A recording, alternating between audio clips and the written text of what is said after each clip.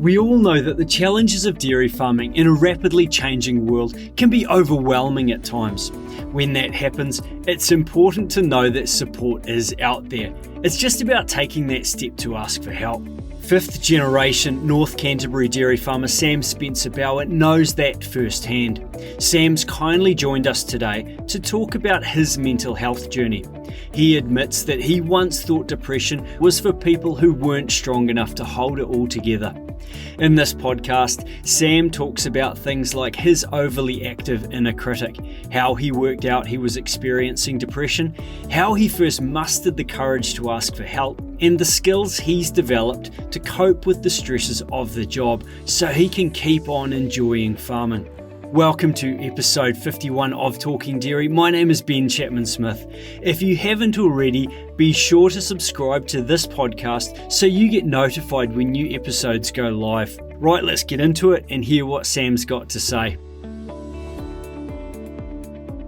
Hey, so Sam, to get things going, tell us a bit about your farming journey and why farming is so important to you. Yeah, so I did a BCom Ag at Lincoln, and then I went to work for a seed company, which was AgriSeeds, now called Barrenbrook. So I was there for 7 years, and then 2012, I came back home to the farm when we started our first dairy conversion, which is now 11 years ago. And then why farming's so important to me, probably just because of our family heritage. So I'm fifth generation on our farm, pretty new to dairy farming, but farming is in the blood. So yeah, and really love it. Am I right, you converted about 1,400 hectares of, was it sheep, beef and cropping to dairy? Not all of that was conversion. Probably about half of that was converted, because one farm we bought about 6 years ago, and there's also some dairy support land as well, but that had to be developed also. So tell us about the farm setup, like how many cows you're milking, and also tell us a bit about your family. Yep. So yeah, the farm's 1,400 hectares, like you say, 3 dairy units, 3,000 cows, mostly self-contained with a runoff for wintering and young stock. I'm looking after 2 of the farms now, and my brother's just this season, he started looking after one of them.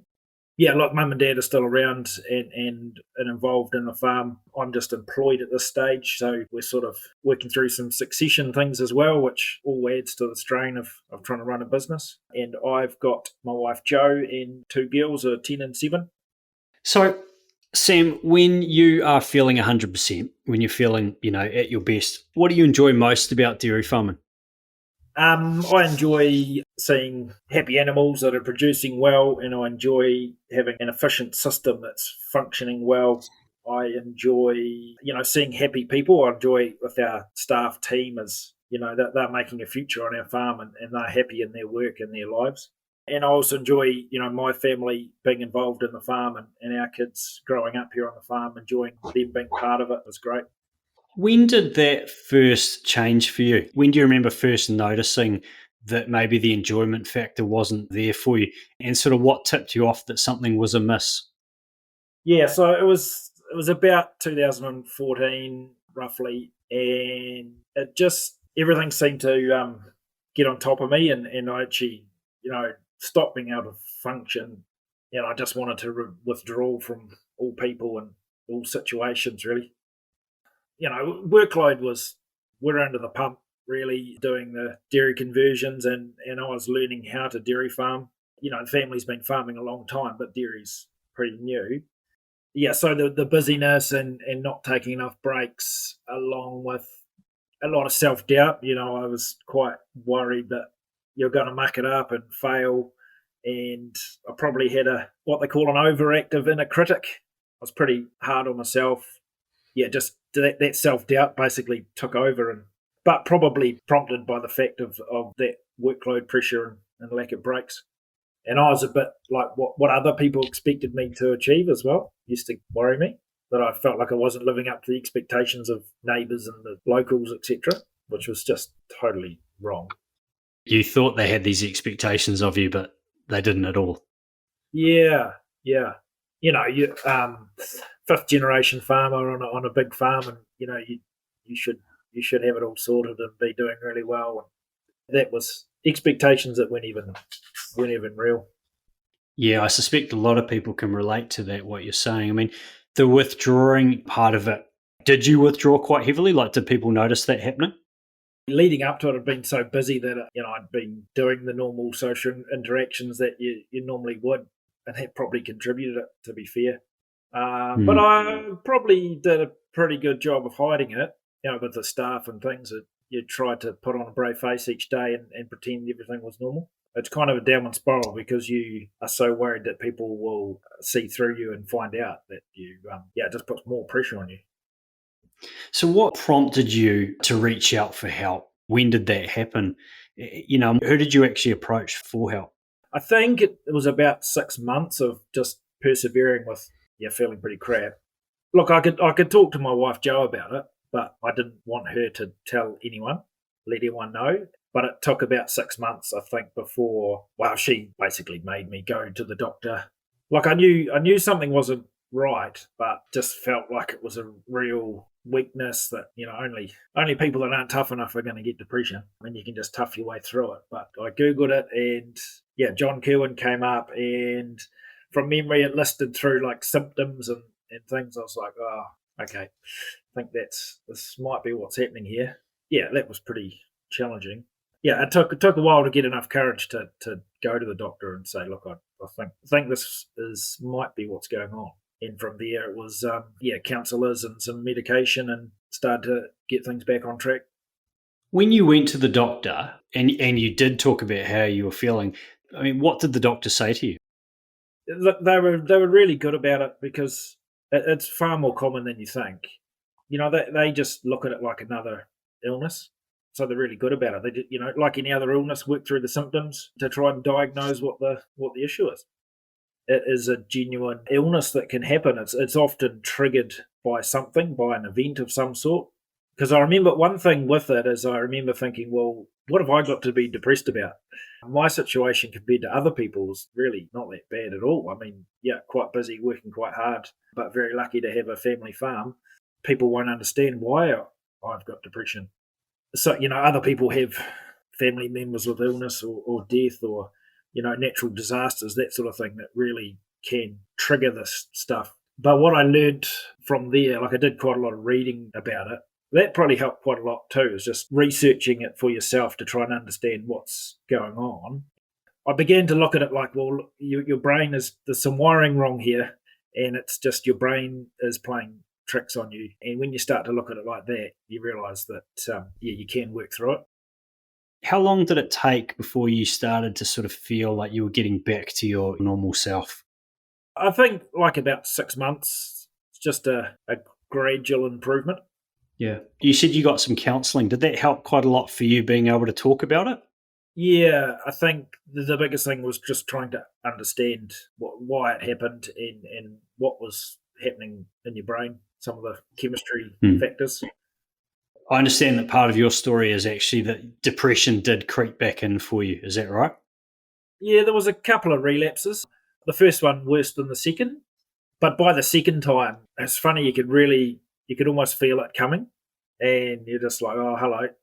Winston Churchill talked about the black dog, and that resonated with me quite a lot because, it's like the black dog's just turned up again, and it was a good way of thinking about it. It's this, you've got to live with this thing. Like, it doesn't go away completely, but you just got to learn how to manage it. Hey, Sam, so many dairy farmers are going through some pretty tough financial times at the moment now with the cost squeeze, as you know. What strategies are you using to stay in a good place now with your well-being? Yeah, maintaining that support network around you. And the main thing is just the good basic habits. I talk about diet, exercise, sleep, social interactions, and just, keeping the workload in check and making sure you take the breaks. I was pretty dreadful at not wanting to go on holiday, not wanting to leave the farm because I was worried about all the work I had to get done and missing out on things. So just having to force yourself to take those breaks. And probably the other thing is, just making sure keep talking, keep up the comms with those close to you. Yeah. Apart from your wife, have you got some sort of key people that you do talk to, when you feel that pressure coming on?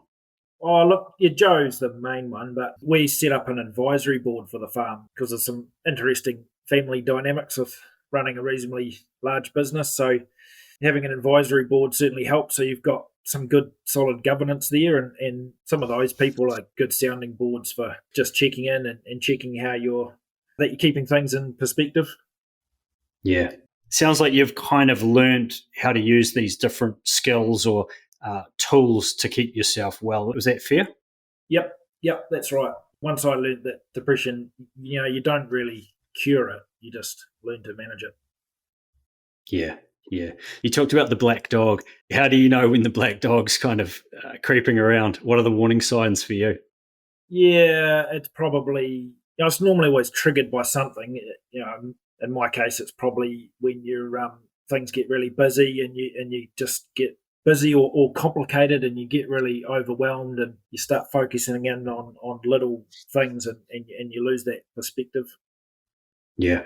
Hey, Sam, if you could talk to yourself in 2014, the younger version of yourself, nearly 10 years ago, what would you say to that younger version of yourself back then who was, really struggling? Yeah, just don't be so hard on yourself. And it's okay to make mistakes. I mean, that's how you learn and that's how you grow. And the whole having depression has been an exercise in growth for me. So I think, just don't sweat the small stuff so much. Hey, and Sam, how do you look after, you've got a team there. Is there anything that you do to actually just keep everybody on the team in a good place?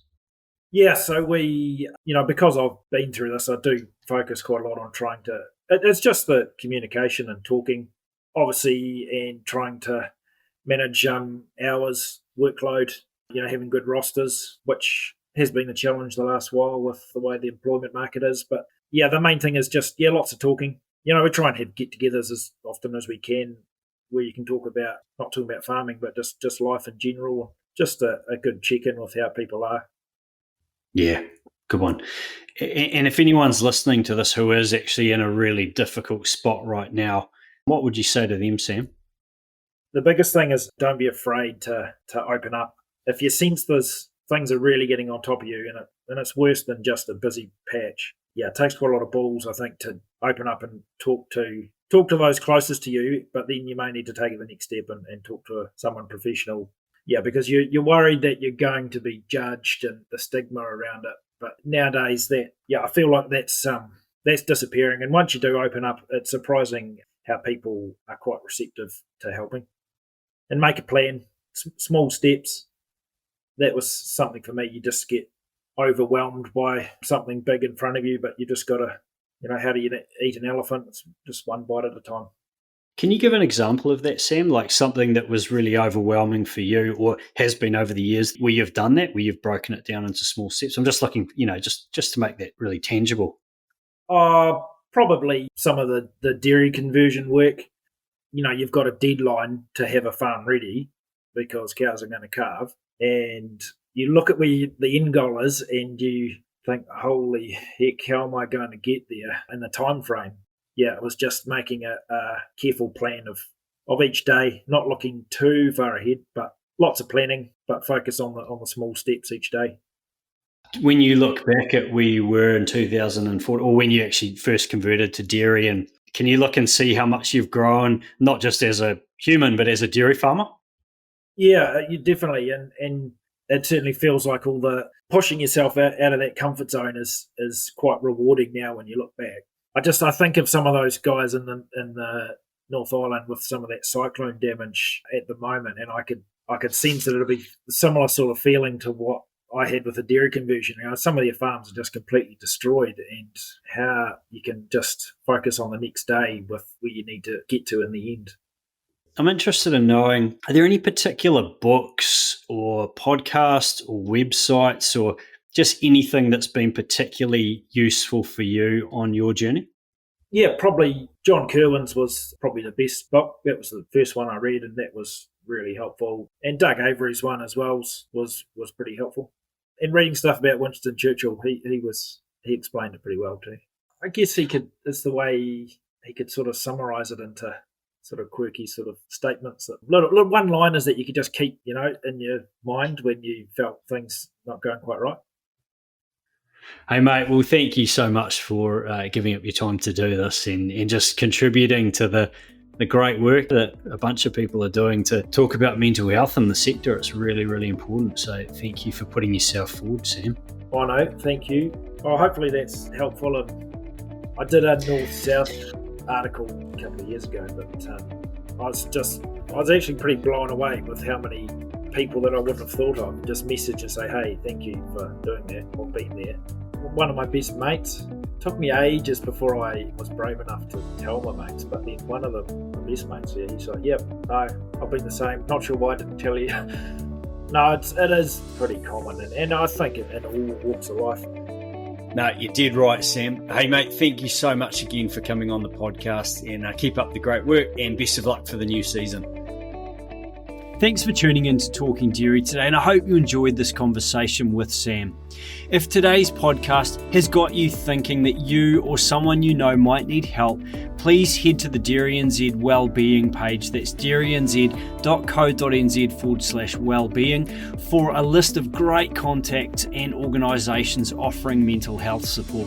Also, go back and have a listen to some of our previous podcasts on mental health and wellbeing. Episode 33 with Taranaki dairy farmer Kane Briscoe, episode 26 with dairy farmer and leadership coach Loshni Manakam, and episode 4 with politician Todd Muller. Also, keep an eye out for our June-July issue of Inside Dairy, which has a story about Sam and his mental health journey. Catch you next time.